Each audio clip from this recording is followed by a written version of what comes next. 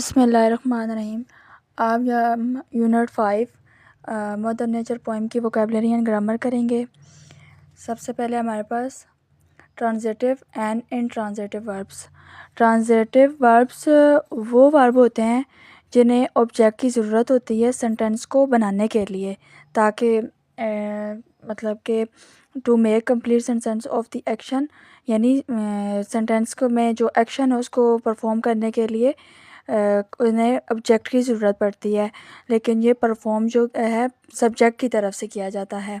हमारे पास सबसे पहले she at the delicious cake.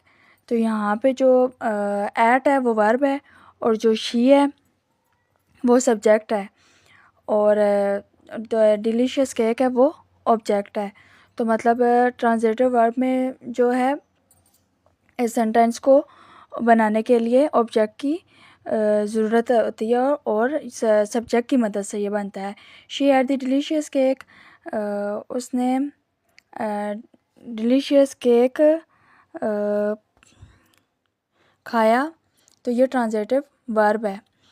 और आगे हमारे पास इनट्रांजिटिव वर्ब। इनट्रांजिटिव वर्ब वो है वर्ब होते हैं जिन्हें ऑब्जेक्ट की ज़रूरत तो नहीं होती, लेकिन सब्जेक्ट की तरफ से परफॉर्म किया जाता है। यानी इनट्रांजिटिव वर्ब में ऑब्जेक्ट में सेंटेंस के सेंस बनाने के लिए, एक्शन परफॉर्म करने के लिए ऑब्जेक्ट की इतनी ज़रूरत नहीं होती है, लेकिन सब्जेक्ट की ज़रूरत होती है। तो इसके सेकंड नंबर वाला आप देखें, the cat jumped onto the window sill. ये इनट्रांजिटिव वर्ब है। इसमें जो द कैट है वो सब्जेक्ट है, जम्प्ड जो है वो वर्ब है। तो इसमें सब्जेक्ट की ज़्यादा ज़रूरत होती है, उसको ज़्यादा अहमियत दी जाती है। यानी कि कैट ने जंप किया on the window sill, window की सिल पर। तो आगे हमारे पास he build a sand castle on the beach. उसने बीच पे सैंड कास्टल बनाया, तो ये ट्रांजिटिव वर्ब है। और आगे द रिवर फ्लोट स्विफ्टली, जो कि दरिया है वो स्विफ्टली बह रहा है, तो ये इंट्रांजिटिव वर्ब है। The music played softly in the background. तो जो कि म्यूज़िक जो है, यानी कि इंट्रांजिटिव वर्ब में सब्जेक्ट को ज़्यादा अहमियत दी जाती है वर्ब के लिए, तो ये इंट्रांजिटिव वर्ब है कि the music played softly in the background. Music जो है बहुत नरमी से बैकग्राउंड में चल रहा था। तो सारा bought a new dress for the party. सारा ने नया ड्रेस ख़रीदा पार्टी के लिए। तो उसमें जो सारा है, ज़ाहिर सी बात है उसने ड्रेस पहनना है, तो उसके सब्जेक्ट को भी अहमियत दिया गया है। और कहाँ पहनना है, new dress for the party. Object जो है वो इसका ये new dress for the party, यानी पार्टी में पहनने के लिए ख़रीदा, तो ये ट्रांजिटिव वर्ब है। आगे हमारे पास determine the object in the sentence.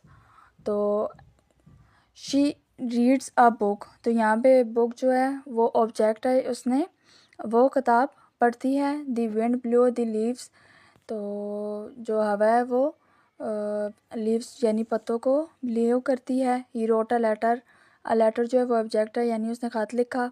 They painted the fence blue, तो वो जो है पेंटेड ब्लू फेंस जो है पेंट करता है।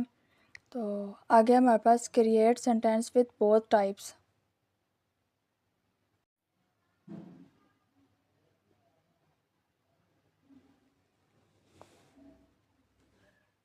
तो आगे हमारे पास create sentence with both types. Sentence create करें दो एग्जाम के। Write a sentence with a transitive verb, यानी कि सेंटेंस वो लिखें जो ट्रांजिटिव वर्ब हो। मैंने आपको बताया था ट्रांजिटिव वर्ब में ऑब्जेक्ट की ज़रूरत होती है सेंटेंस को बनाने के लिए, लेकिन परफॉर्म सब्जेक्ट की तरफ से किया जाता है। तो शी बेक्ड अ केक, तो यहाँ पे कौन परफॉर्म कर रहा है, शी यानी कोई लड़की परफॉर्म कर रही है। बेक्ड अ केक, लड़की ने केक बैक किया। Write a sentence with an intransitive verb, तो इसमें ऑब्जेक्ट की इतनी ख़ास ज़रूरत नहीं होती, सब्जेक्ट को ज़्यादा प्रेफर किया जाता है। तो ही स्लीप्स पीसफुली, तो वो जो है सुकून से सोता है। तो आगे write an interrogative sentence using a transitive verb, यानी ट्रांजिटिव वर्ब को इस्तेमाल करते हुए सवालिया जुमला बनाएं। Do you finish your homework, तो क्या तुम अपना काम मुकम्मल करोगे या होमवर्क मुकम्मल करोगे।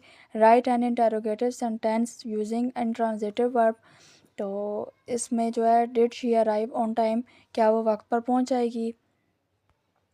आगे हमारे पास fill in the blanks with the appropriate preposition, filling the blanks करें मुनासिब preposition का इस्तेमाल करके।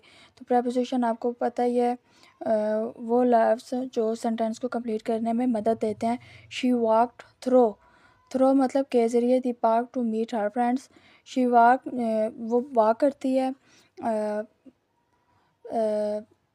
पार्क में के ज़रिए टू मीट हर फ्रेंड्स दोस्तों से मिलने के लिए। The cat jumped on the table, यहाँ पे ऑन का मतलब है पर, यानी कैट ने जो है टेबल पर जंप लगाया। The airplane flu above the clouds, तो जो जहाज़ होता है वो अबव यानी नीचे, बादलों के नीचे फ्लू करता है, उड़ता है। दे सेल्ड अराउंड द आइलैंड, तो वो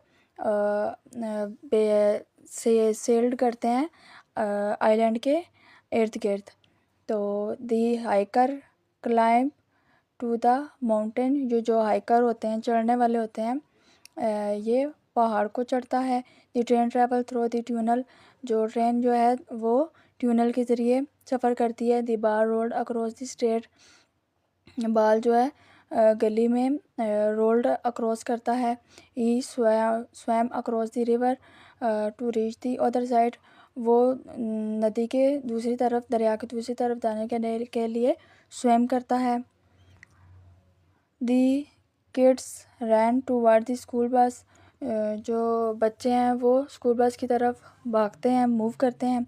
she placed the keys on the table, उसने टेबल पर चाबियाँ रखी। We walk through the forest and discover our hidden lake, हम लोग जंगल में वॉक के ज़रिए जाते हैं एंड डिस्कवर करते हैं आर हिडन लेक, छुपी हुई झील को देखने के लिए डिस्कवर करते हैं। The river flow through the mountains, जो दरिया है वो पहाड़ों के ज़रिए, दरिया जो है वो पहाड़ों के ज़रिए बहता है। तो आगे हमारे पास identify the preposition of movement of direction, यानी कि उस प्रोपोजिशन का आइडेंटिफाई करें जो मूवमेंट और डायरेक्शन करती है। They walk through the park, वो पार्क के ज़रिए वॉक करते हैं। The birds fly over the sky, परिंदे जो है हवा में उड़ते हैं, आसमान पर या उड़ते हैं। The car drove through the tunnel, जो कार जो है वो ट्यूनल के ज़रिए ड्राइव करती है। ही जंप्ड इनटू द पूल, वो पूल में जंप करता है। आगे हमारे पास एक्टिंग है, active and passive voice. Active voice वो चीज़ होती है जो कोई बंदा कर रहा हो। एक्टिव एंड पैसिव वॉइस वो चीज़ होती है, एक्टिव वो चीज़ होती है जो कोई बंदा कर रहा हो और अगला बंदा, पैसिव वॉइस वो जो अगले बंदे को वो चीज़ बताए। तो जैसे change the following active voice sentences into passive voice. The chief prepares a delicious meal, अब एक जो शेफ़ है वो जो है वो खाना बनाता है, डिलीशियस मील बहुत अच्छा खाना बनाता है। तो जो अब दूसरा बंदा उसे जाके वो चीज़ बताता है, तो वो जैसे अब मैं ही जाके किसी को बताती हूँ delicious meal is prepared by the chef, यानी ये खाना किसने बनाया है, शेफ़ ने बनाया है। बाय द शेफ़ ने बनाना है। तो जो इसमें पैसिव वॉइस है उसकी निशानी ये होती है कि वो इसमें बाय ज़रूर यूज़ होता है, कुछ भी हो रहा हो बाय यूज़ ज़रूर होता है, क्योंकि हम किसी बंदे की जब बात कर रहे होते हैं तो हम उसके लिए बाय दी शेफ़ यूज़ कर देते हैं, कुछ भी मतलब बाय यूज़ कर देते हैं। She will complete the assignment, वो असाइनमेंट कंप्लीट करेगी। दिस असाइनमेंट, तो मैं किसी और को जाके बताती हूँ तो मैं ये नहीं कहूँगी बल्कि ये कहूँगी this assignment will be completed by हर, यानी असाइनमेंट की तरफ से कंप्लीट की जाएगी, उस लड़की की तरफ से। तो शी जो है वो हर में चेंज हो जाएगा, हम लोग बचपन से पढ़ते आ रहे हैं कि छोटी छोटी चीज़ें जो हैं, जैसे शी की जगह हर और ही की जगह हिम, ऐसे मतलब सेंटेंस थोड़ा सा मतलब बात जब हम किसी की बता रहे होते हैं तो थोड़ी बहुत उसमें चेंजिंग आ जाती है। अगर someone is painting the fence, अब कोई जो है वो फेंस को पेंट कर रहा है, तो मैं यही कहूँगी कि the fence is being painted by someone. तो आप लोग देख रहे हैं कि ये जो पैसिव वॉइस है इसमें बाय यूज़ हो रहा है, तो मैं ये कहूँगी कि ये जो पेंटिंग है ये किसी की तरफ से फेंस हो रही है। They have cancelled the event, और वो अब यहाँ पे वो दे का मतलब वो है, तो वो उन्होंने या जो है इवेंट कैंसिल कर दिया, तो यहाँ पे the event has been cancelled by them, तो जे दे की जगह जो है वो देम लग जाएगा।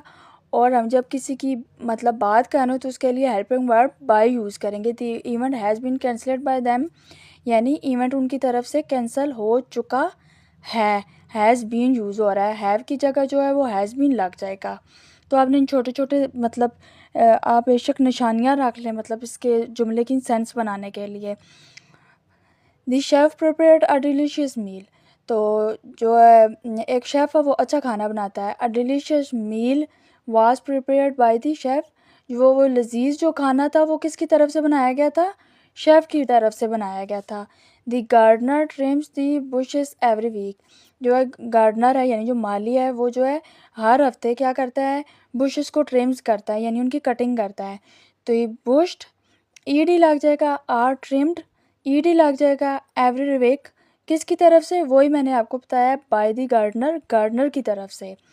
परफॉर्म जो कर रहा होता है यानी जो पहले जिसके साथ दी लगा हुआ होता है या जो स्पेसिफिक पर्सन जो परफॉर्म कर रहा होता है उसके साथ बाय द गार्डनर बाय ज़रूर लगता है। तो आगे हमारे पास change the following passive voice sentences to active voice, तो यानी अब जो पैसिव वॉइस है उनको एक्टिव में चेंज करें। तो एक्टिव वॉइस में चेंज करने के लिए cake was baked by Mary, अब किसने केक बनाया, मैरी ने केक बनाया गया था। तो हम लोग ये जो मैरी पहले हम लोग बाय मैरी कह रहे थे, तो ज़ाहिर सी बात है मैरी शुरू में आएगा, Mary baked the cake, Mary को अहमियत दी गई है यानी मैरी ने बनाया है, तो मैरी बैक्ड दी केक।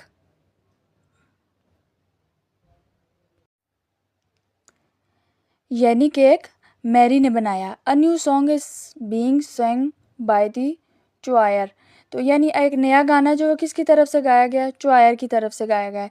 तो जी तो इधर हम ये कहेंगे the choir is singing a new song, तो चोयर ने नया गाना गाया।